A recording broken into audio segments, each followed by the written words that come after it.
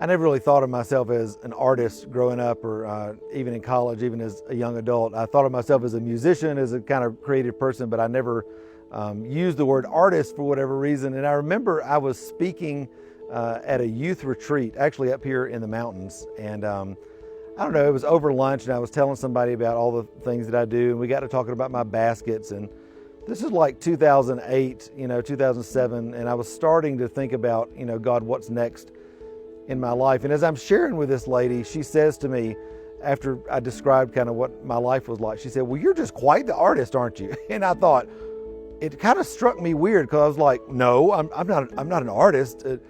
But something inside of me, I remember it as clearly as if it was right now. Something inside of me resonated like never before. And there was this huge yes inside my spirit. And I know it was the Holy Spirit inside of me saying, "Matt, yes, that's exactly who you are." And I remember over the next couple of weeks wrestling with that and thinking, well, what does it mean to be an artist? Am I an artist? What does that mean? How do you make a living? How do you thrive? I got no context for this. But all I know is that in that moment when she said, "Matt, you're an artist," and I said yes, something shifted inside my heart.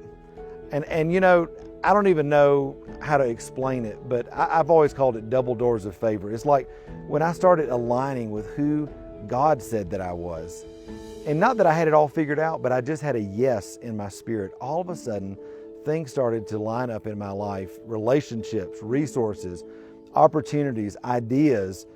It's like this fog lifted from over my life, and I started really seeing who I was and what God had for me. And it literally, one conversation with one person that I just thought was a by chance meeting, I'm just eating lunch, literally changed the course of my life, because I said yes to that thing that God was saying over my life.